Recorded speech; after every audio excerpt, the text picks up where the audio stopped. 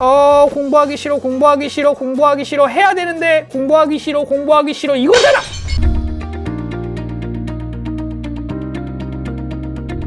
안녕, 블랙매스 서동범 선생님이야.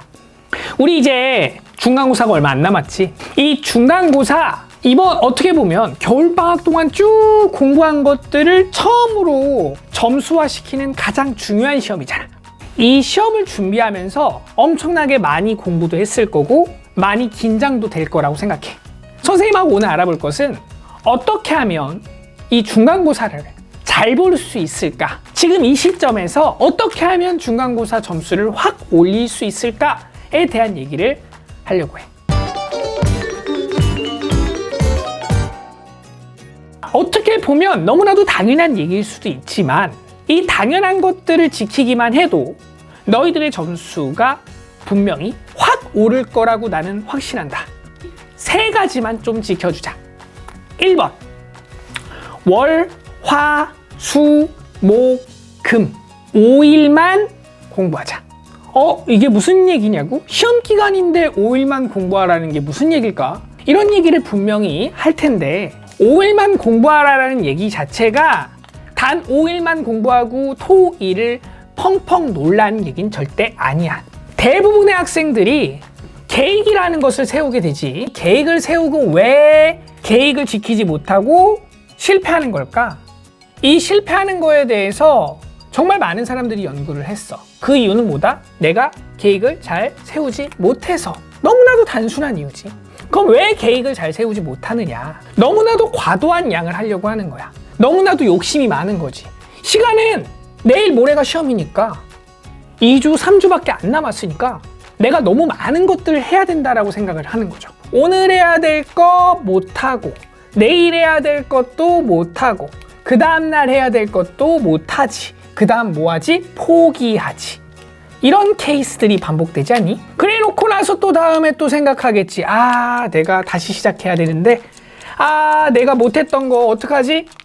이런 생각이 반복되면서 결국 계획이라는 것은 무산이 된다는 얘기야. 자, 그럼 이런 것들에 대한 패턴을 우리가 가능하게끔 바꾸려면 어떻게 해야 될까? 오늘 해야 되는 분량, 내일 해야 되는 분량, 내일 모레 해야 되는 분량, 그리고 마찬가지로 우리가 언제까지? 월요일부터 금요일까지의 계획 자체를 이렇게 작성을 하자. 이 계획을 할 때 되게 중요한 게 있어. 뭐냐면 시간으로 정하는 게 아니고 양으로 정해야 돼. 양. 시간이 중요한 게 아니고 공부는 항상 양으로 계획을 세울 것. 어떤 양을 내가 얼만큼 할 건지 구체적으로 세울지. 자, 양하고 구체적 이 두 가지를 꼭 기억해. 자, 그러면 왜 월요일부터 금요일까지만 세우느냐? 자, 이유가 있지. 뭐지? 그치. 토요일 날은 뭐 하는 거다? 토요일 날은 보강하는 날이다. 내가 분명히 월화수목금 해야 되는 양을 정해놓긴 했지만 이걸 100% 수행하는 건 절대 불가능. 왜? 내가 생각하고 있는 나와 실제 나는 다르거든. 토요일 날에는 이때 못했던 것들을 무조건 뭐 한다? 이때는 얘를 보강하는 날이다. 이렇게 생각하고 우리가 계획을 세워야 된다는 얘기야. 그럼 일요일은요? 여기가 핵심인데 너희가 공부를 하는데 중간고사를 잘 보기 위해서 공부한다. 혹은 수능을 잘 보기 위해서 공부한다. 대학교를 잘 가기 위해서 공부한다. 말도 안 되지. 생각을 해봐. 지금부터 자그마치 3년 혹은 2년 혹은 1년 동안 달려가야 되는 장기 레이스란 말이야. 그 앞에 있는 거를 보고 내가 계속 달려만 가는 건 당연히 지치지. 뭐 해야 돼? 중간에 내가 잘했다고 맛있는 것도 좀 먹고, 그치? 나한테 좀 포상을 줘야 될 거 아니야. 이 포상이라고 하는 거의 개념은 내가 좋아하는 거, 먹는 게 될 수도 있고 아니면 시간이 될 수도 있어. 근데 내가 봤을 때 지금 이 순간에 가장 중요한 이 일요일이라는 것은 뭐라고 생각하면 되는 거냐면 나한테 포상을 주는 날, 포상이라 생각하세요. 선생님 무슨 시험 기간인데 포상인가요? 하루 종일 공부해도 지금 부족할까 말까인데 포상을 왜 주나요? 자, 이 포상이라고 하는 것은 장기적으로 월요일부터 금요일까지의 계획을 완벽하게 만들기 위한 일종의 장치야. 얘가 있어야지 이때 조금 더 열심히 공부하고 조금 더 테스트를 하려고 하고 조금 더 내가 이때 완성을 짓게끔 노력을 한단 말이야. 이 노력을 할 수 있는 가장 중요한 수단이 뭐다? 바로 앞에 보이는 이 포상이다. 그래서 포상을 무조건 일요일 날 줘야 돼요. 그 시간은 대략적으로 3시간에서 4시간 정도면 충분하지 않을까 싶다. 이때 동안엔 그냥 너희가 먹고 싶은 거 혹은 놀고 싶은 거 보고 싶은 거 맘대로 봐. 왜? 이때 열심히 했잖아. 그 정도는 누려야지. 그 정도도 못 누리면 너가 인간이니? 기계지? 시험 기간이라고 해서 항상 공부만 하라는 건 아니잖아. 요 계획을 세우는 요 방법을 지켜라. 이게 첫 번째지. 자, 두 번째는 공부하는 것들에 대해서 얼만큼 내가 효율적으로 공부하는지를 스스로 꼭 체크해야 돼. 내가 공부를 잘하는 친구하고 못하는 친구의 가장 큰 차이를 얘기해 줄까? 엄청 유명한 얘기 중에 하나인데, 똑같이 10시간을 공부를 했어도 전교 1등을 하고 누구는 중하위권이야.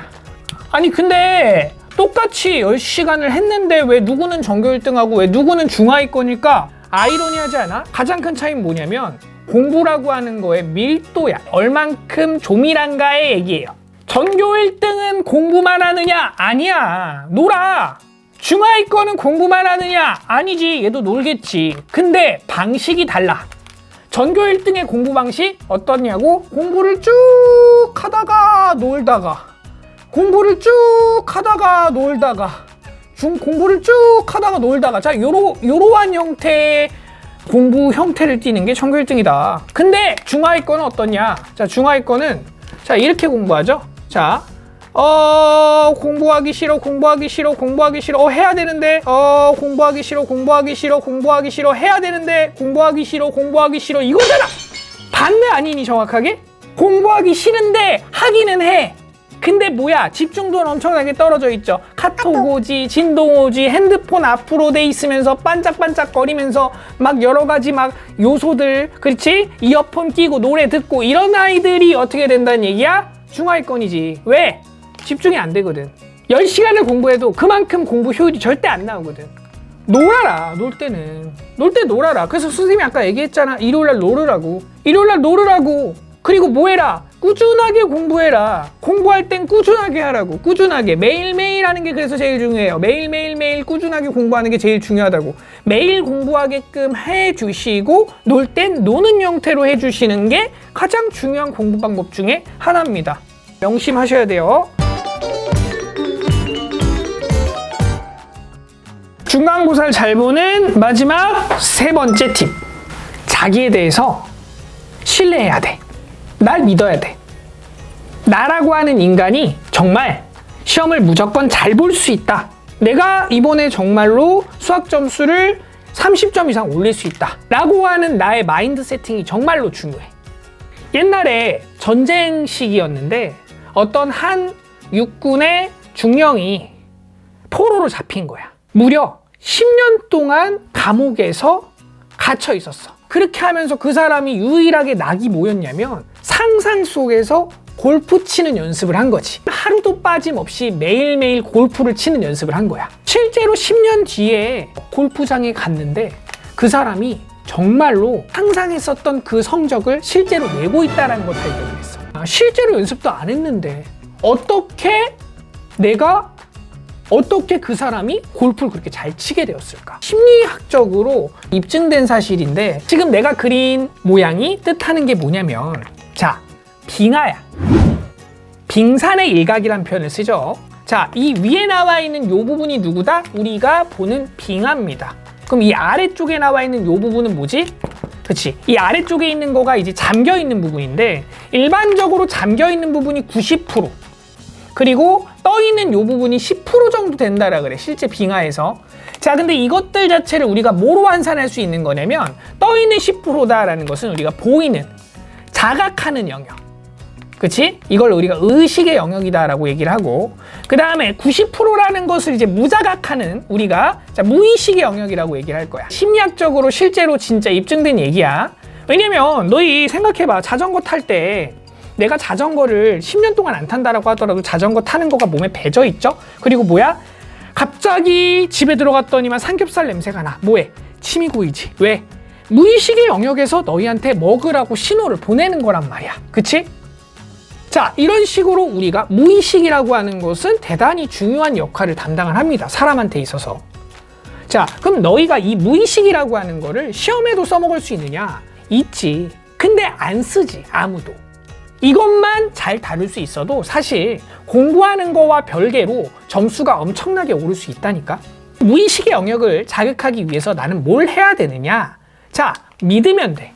뭘 믿는다? 내가 잘 볼 거란 사실을 믿으면 돼. 그 믿음이다라는 것을 내가 노력함을 통해서 확신을 나한테 주세요.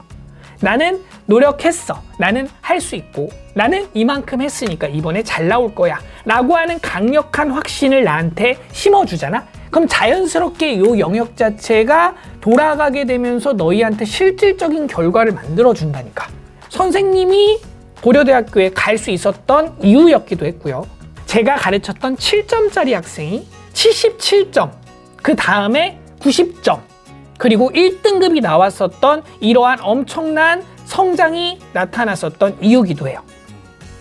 즉, 공부를 많이 한다라는 거는 사실 기본이야. 자각을 하고 나서 그 공부를 많이 한 거를 가지고 내가 점수로 만드는 일은 내 자신의 이 무의식의 영역이다라는 것을 확장하는 게 대단히 크다. 내가 그냥 단순히 열심히만 한다라 그래서 점수가 확 오르면 엄청 좋겠죠? 근데 실상은 그렇지 않다고.